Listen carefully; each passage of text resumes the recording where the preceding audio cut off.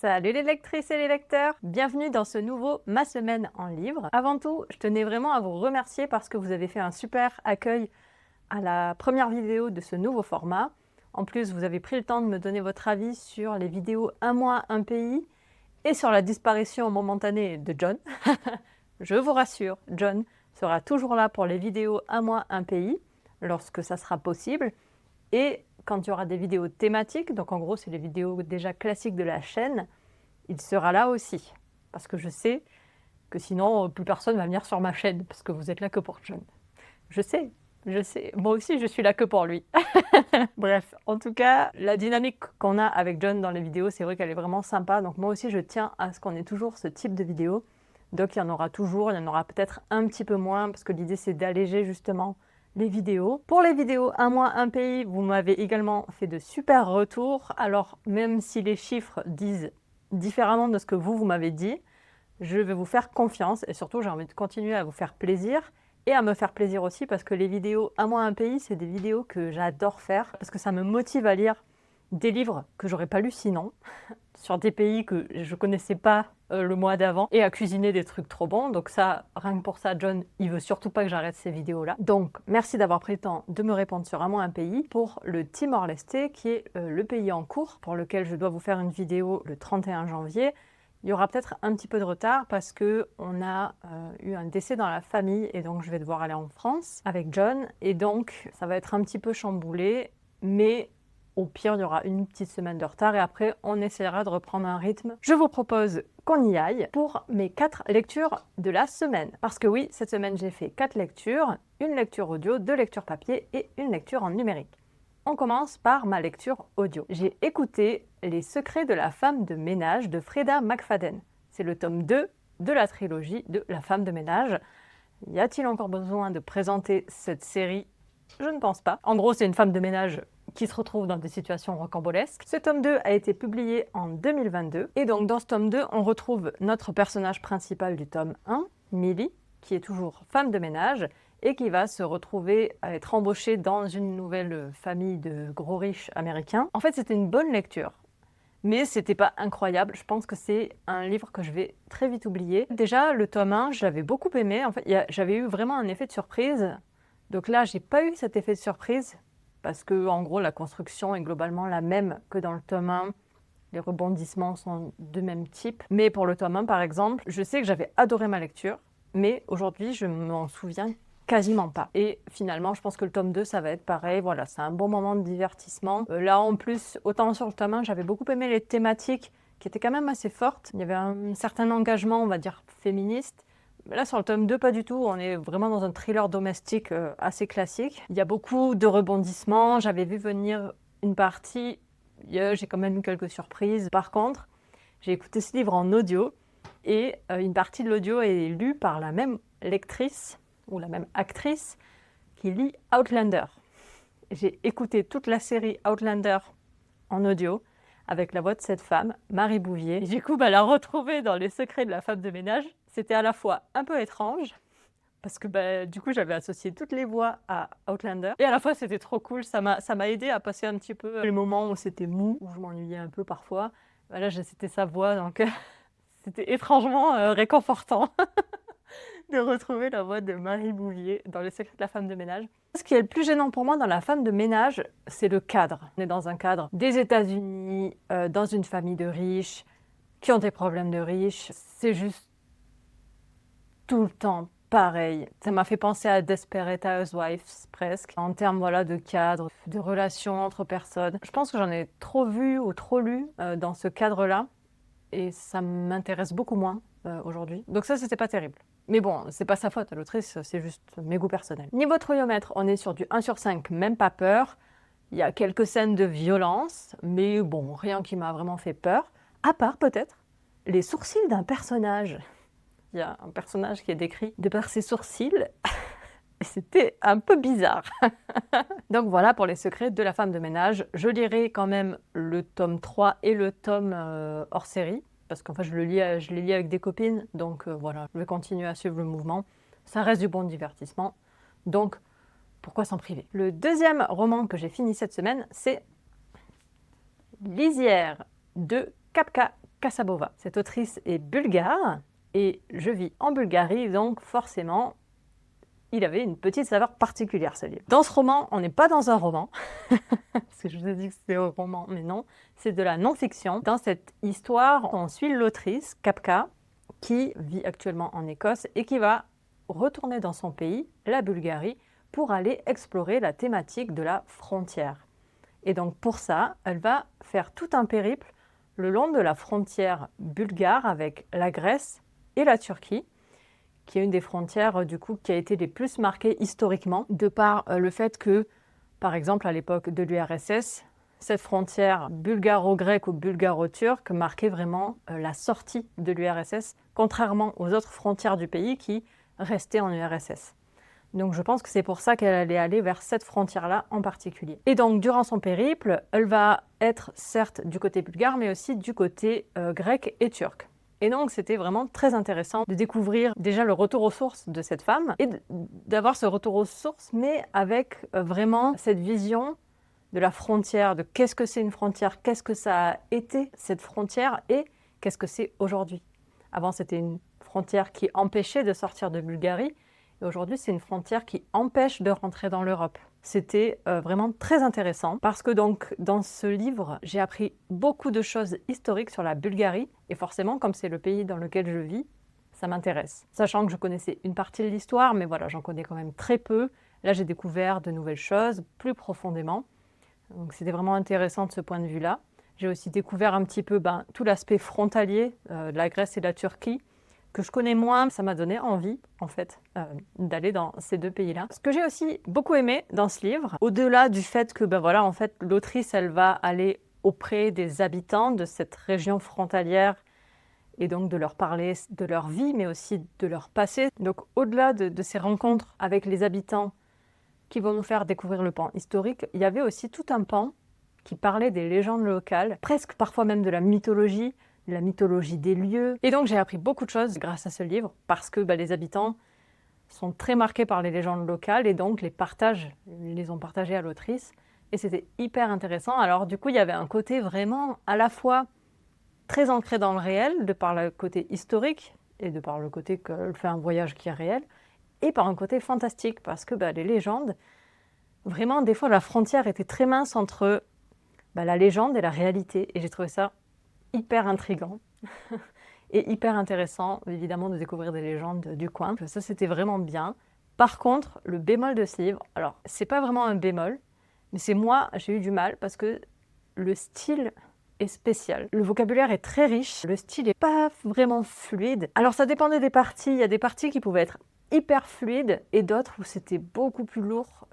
Moi, j'ai mis beaucoup de temps à me faire au style et donc le début a été assez laborieux. Après, ça allait mieux. Mais voilà, c'est pas un livre qui se lit facilement. C'est pas un livre qui se dévore comme ça. En plus, il est quand même assez gros. Vous voyez tous les post-it que j'ai mis, c'est tous les trucs historiques qui m'intéressent sur la Bulgarie ou les légendes qui m'ont marqué et pour lesquelles en fait ça m'a même inspiré des histoires que je pourrais écrire moi ou des histoires que je pourrais intégrer éventuellement si un jour j'écris sur mon expérience en Bulgarie, pourquoi pas. En tout cas, ce livre était vraiment bien. Je le conseille si vous connaissez quand même un petit peu l'histoire de la Bulgarie, si vous êtes intéressé par le pays.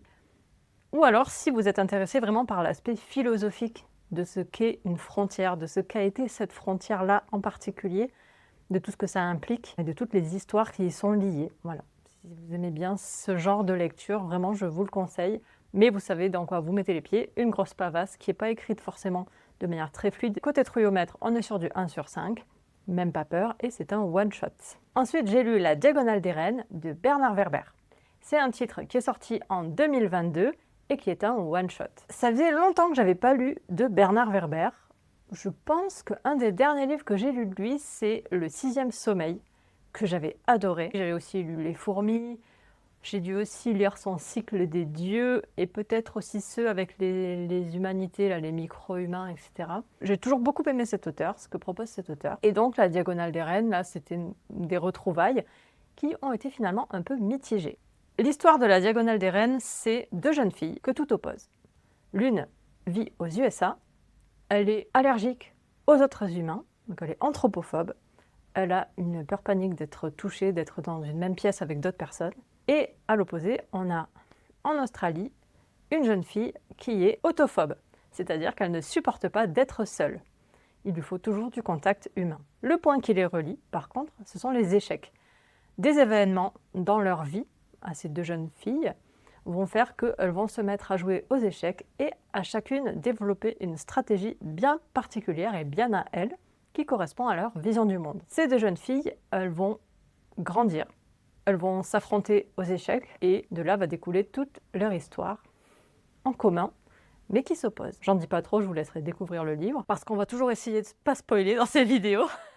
L'histoire court des années 70 à nos jours, et même un petit peu dans le futur. Et en fait, ce qui fait que j'ai pas vraiment aimé ce livre, c'est plusieurs choses. Déjà, je me suis pas attachée aux personnages, à ni l'une ni l'autre. C'est les deux personnages principaux, les deux jeunes filles. Je ne les ai pas aimées du tout.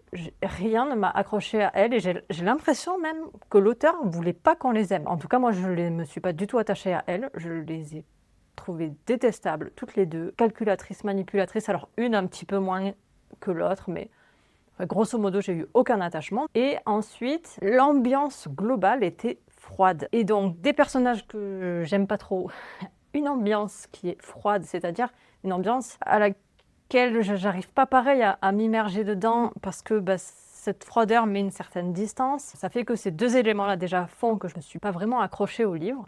Et en plus, et ça je pense que c'est une caractéristique de Bernard Werber qui m'avait jamais sauté aux yeux avant, mais qui là m'a pas plu, c'est que toute l'histoire sert à nous expliquer des choses. L'auteur veut nous montrer quelque chose, il veut nous montrer des choses sociétales, des choses politiques, des choses géopolitiques même. Comment l'Est et l'Ouest s'affrontent. Il veut aussi nous montrer qu'est-ce que c'est qu'une dynamique de groupe, qu'est-ce que c'est qu'une dynamique au contraire où on va avoir une personne qui est au-dessus des autres. Et en fait, c'est que j'ai l'impression que ce que l'auteur veut nous dire est passé par-dessus l'histoire. Et des fois, j'avais vraiment l'impression que j'étais dans un cours et qu'on était en train de me démontrer quelque chose. Ces trois éléments, les personnages, l'ambiance et ce côté un petit peu trop, je sais même pas comment le dire, universitaire, mais ça marche pas parce qu'il y a quand même une histoire. Et l'histoire, elle est quand même intéressante. Mais en tout cas, ces trois éléments-là font que moi, ça l'a pas fait du tout. Je suis quand même allée au bout du livre parce que c'était pas horrible à lire. J'avais quand même envie de savoir comment ça allait se dénouer. Et donc voilà, j'ai trouvé ça vraiment bof quand même au global. Au niveau structuration de son livre, là c'est un classique aussi avec Bernard Werber, c'est que donc, tantôt on avait le point de vue de l'australienne, tantôt le point de vue de l'américaine. Et intercalé à chaque fois entre, on avait des extraits de l'encyclopédie du savoir relatif et absolu d'Edmund Wells.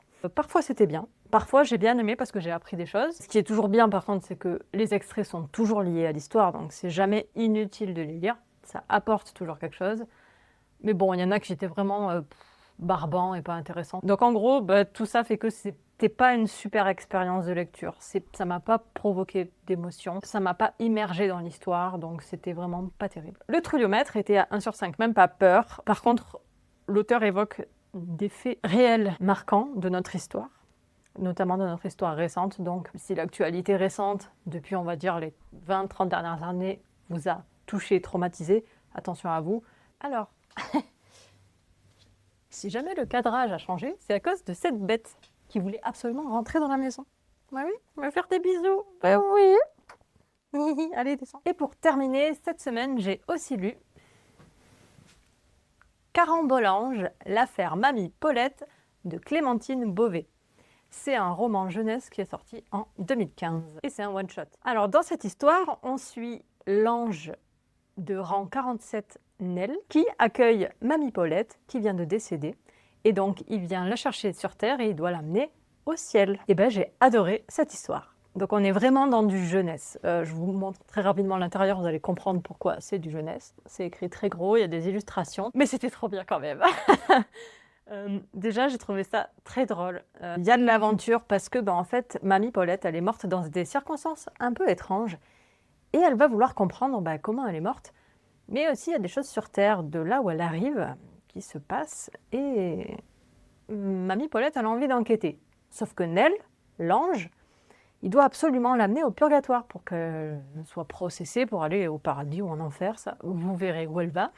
Et donc, cette histoire, elle est pleine d'aventures, elle est pleine d'humour. Vraiment, moi, j'ai adoré. Elle est bourrée de jeux de mots et de références culture pop ou littéraire qui étaient vraiment très drôles. Moi, vraiment, j'adore ce genre de petits, comme on dit, easter eggs, c'est des petites choses cachées dans le texte.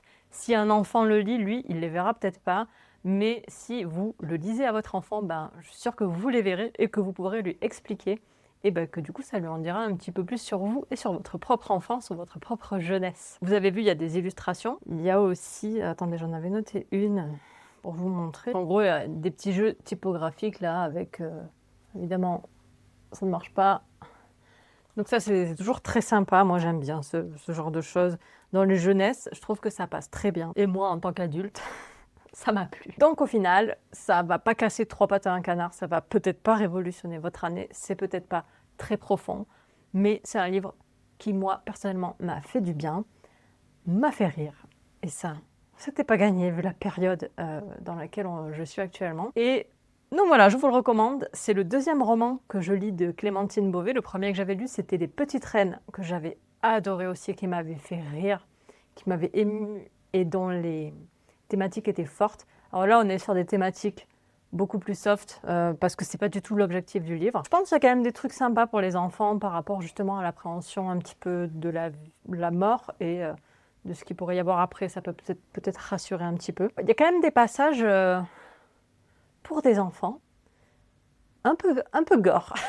Genre, des fois, il y a des membres humains dans la Kéron, à un moment donné, des membres humains qui flottent. Selon l'âge de l'enfant auquel vous lisez le livre, changez des mots ou sautez des passages.